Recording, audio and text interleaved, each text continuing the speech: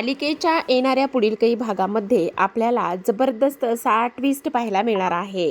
डावपेच करून सर्व प्रॉपर्टी इथे स्वतःच्या नावावर किंवा अनिकाच्या नावावर करू पाहणाऱ्या इथे कामिनीचा डाव अन्नपूर्णाने एका झटक्यातच उधळून लावलेला असतो.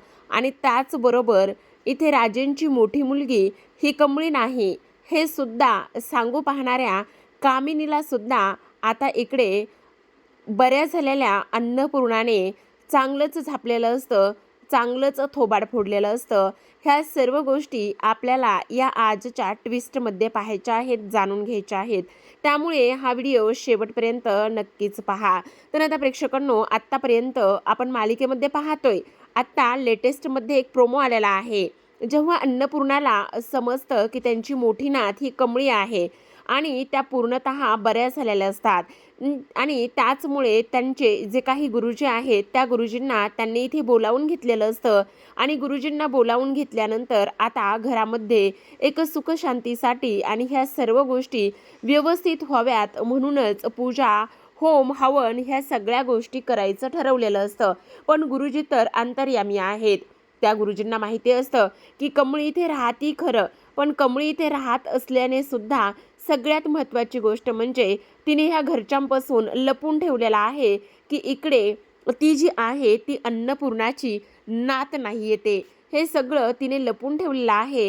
ह्या सर्व गोष्टी तिला समजलेल्या असतात आणि त्याचमुळे गुरुजीने तिला सांगितलेलं असतं ही तुमची मोठी नात नाही आहे म्हणून. पण कसं बसं तिथे राजांनी सावरलेलं असतं. जेव्हा आता बाहेर येऊन कमळी इथे सांगते की मी खरंच अन्नपूर्णाची मोठी नात नाही, त्यामुळेच इकडे आता अनिकाने हे सगळं ऐकून धावतच आता खोलीमध्ये जाते आणि धावतच खोलीमध्ये जाऊन इकडे ती कामिनी आणि रागिणीला सांगत असते, आत्ता मी काही गोष्टी ऐकल्यात आणि ती त्यातली त्यात म्हणजे इकडे कमळी खोटं बोलते. ती इथे अन्नपूर्णा आजीची मोठी नात नाहीच आहे. ती राजन म्हणजेच माझ्या बापाची इथे मोठी मुलगी नाहीये हे आत्ता तिने गुरुजींसमोर कबूल केलं आहे. त्याच वेळेला कामिनीला सर्व डाव लक्षात येतो. आता कामिनी विचार करते, नाही आता शांत बसायचं नाही. आता अन्नपूर्णासमोर त्या खोट्या कमळीचं सत्य कसं आणते आणि तिने प्रॉपर्टीसाठी इथे तुझी मोठी नात बनून आली आहे ह्या सगळ्या गोष्टी मी तिच्यासमोर कशा आणते आणि कसं उघड पाडते तेच तू बघ. आता काही जरी झालं ना तर असा डाव टाकणार आहे ना म्हणून विचारू नको. तेव्हा रागिणी म्हणत असते, आई अगं पण नेमकं काय करणार आहेस? त्याच वेळेला आता इकडे कामिनी म्हणत असते, काय करणार आहेस म्हणजे तू बघच आता मी काय करते ते. काही जरी झालं ना तरी सुद्धा इकडे आता अन्नपूर्णाला इथे नाकारावंच लागणार आहे की कमळी तिची मुलगी नाहीये म्हणून.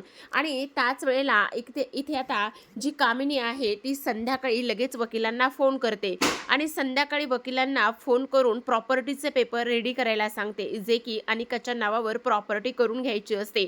रागिणी म्हणत असते, आई पण हा जो काही तुझा प्लॅन आहे ना तो आत्ता फ्लॉप होणार नाहीये ना? म्हणजे बघ बाई, नाहीतर नेहमीप्रमाणेच तुझा हा सुद्धा प्लॅन इथे फ्लॉप व्हायला नको. आता ती म्हणत असते, अजिबात तसं होणार नाही.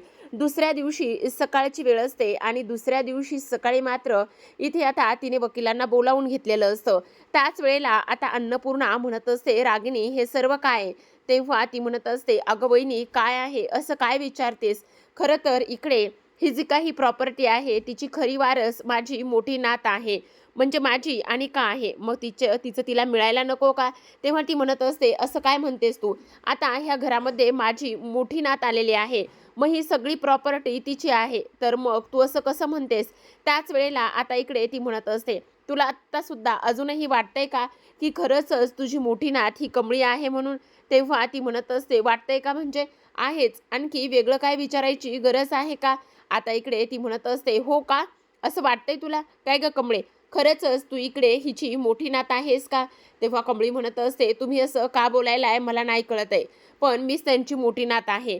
त्याच वेळेला अन्नपूर्णा कमळीसमोर जाते आणि म्हणत असते, हीच माझी मोठी नात आहे. पण आता इकडे कामिनी कमळीचा हात पकडते आणि म्हणत असते, तू आता बऱ्या बोलाने सांगणार आहेस की मीच सर्वांसमोर हे सगळं सत्य सांगू?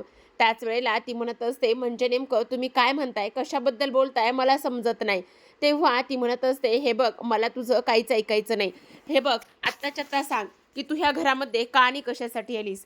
फक्त आणि फक्त तुला प्रॉपर्टी हवी, त्याचकरिता तू इथे आलीस ना. तेव्हा आता इकडे अन्नपूर्णाचा तोल जातो आणि त्या म्हणत असतात, बाद झालं कामिनी, आत्तापर्यंत तू खूप काही गोष्टी बोललीस, तुझी हिंमत कशी झाली हे सगळं काही बोलण्याची आणि ह्या सगळ्या काही गोष्टी इथे अशा कशा करण्याची. आता हे सगळं काही बोलल्यानंतर लगेचच इकडे अन्नपूर्णा एक सणकण कामिनीच्या कानाखाली वाजवत असतात. त्याच वेळेला कामिनी म्हणत असते, मला गप्प करून काय होणार आहे वहिनी, मला गप्प करू नकोस. आत्ताच्या आत्ता वकील बोलवलेले आहेत, आत्ताच्या आत्ता सर्व जी प्रॉपर्टी आहे ना ती इथे माझ्या अनिकाच्या नावावर कर. जोपर्यंत ती प्रॉपर्टी माझ्या अनिकाच्या नावावर होत नाही तोपर्यंत मी शांत बसणार नाही. त्याच वेळेला अन्नपूर्णा म्हणत असतात, हे बघ, हीच माझी मोठी नात आहे आणि आता ती ह्याच घरात राहणार आहे. माझी जी प्रॉपर्टी आहे ती सर्व प्रॉपर्टी तिची आहे. त्याच वेळेला आता कामिनी म्हणत असते, बरं ठीक आहे, तू म्हणतेस ना ही तुझी मोठी नात आहे, तर मग तुझ्याकडे काय पुरावे आहेत की हीच तुझी मोठी नात आहे म्हणून. त्याच वेळेला ती म्हणत असते, मी कोणालाही पुरावे देण्यासाठी बांधील नाहीये, त्यामुळे मला कोणीही विचारू नये की पुरावे. मला माहिती आहे, राजनला माहिती आहे की तीच माझी मोठी नात आहे आणि त्याची मोठी मुलगी आहे. त्यामुळे आम्ही कोणालाही पुरावे देण्यासाठी आणि काही गोष्टी कबूल करून सांगण्यासाठी बांधील नाही आहोत. इथून पुढे आम्हाला ह्या असल्या फालतू गोष्टी कोणीही विचारायच्या नाहीत. कमळी माझी मोठी नात आहे आणि तीच माझी मोठी नात कायम राहणार आहे. त्यामुळे उगाचच नाही त्या गोष्टी ह्या सगळ्या काही कोणीही बोलू नये, असं सुद्धा आता इकडे ती बोलत असते. त्याच वेळेला प्रेक्षकांनो, आपण इकडे पाहतो की आता कामिनीचा हा जो काही पुन्ह्यांदा जो काही प्रॉपर्टी नावावर करण्याचा डाव आहे तो मात्र आता इकडे अन्नपूर्णाने उलथून लावलेला असतो. आणि त्याच वेळेला आता इकडे अन्नपूर्णाने पुन्हा एकदा कमळीला घट्ट अशी मिठी मारलेली असते. त्या म्हणत असतात, कोणी कितीही येवो, कोणी काहीही बोलो, त्याने काही फरक पडणार नाही. तू माझी मोठी नात आहेस आणि कायम माझी मोठी नातच राहणार आहेस, ह्या गोष्टी सुद्धा तेवढ्याच जास्त महत्त्वाच्या आहेत, असं सुद्धा आता इकडे ती बोलू लागत असते. तर आता प्रेक्षकांनो, इकडे कमळी स्वतःलाच दोष देऊ लागते. तिला समजत नाही की मी आता इकडे अन्नपूर्णा आजीला कसं सांगू की मी त्यांची खरंच मोठी नात नाहीये म्हणून. पण आता राजनला आणि कमळीला ह्या सर्व गोष्टी माहिती असतात. तेव्हा राजन अन्नपूर्णाकडे जातो. कमळीची अवस्था त्याला पाहत नाही. तो अन्नपूर्णाला म्हणत असतो, आई, मला तुझ्याशी थोडंसं बोलायचंय. तर इकडे आता कामिनी, अनिका आणि त्याचबरोबर रागिनी फार जास्त चिडचिड करत असतात.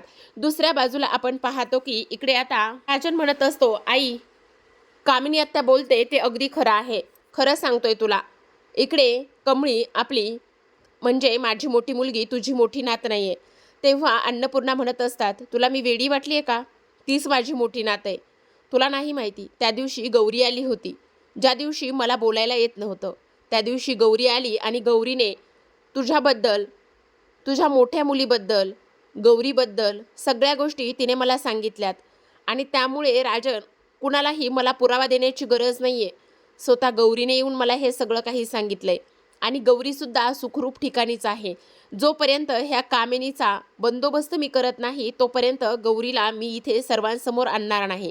आणि एक गोष्ट लक्षात ठेव, कमळीच माझी मोठी नात आहे आणि हे तुझ्या बाबांना सुद्धा माहिती आहे. जेव्हा इकडे आता राजन बाबांकडे पाहतो तेव्हा त्यांनी डोळ्यानेच खुणावलेलं असतं.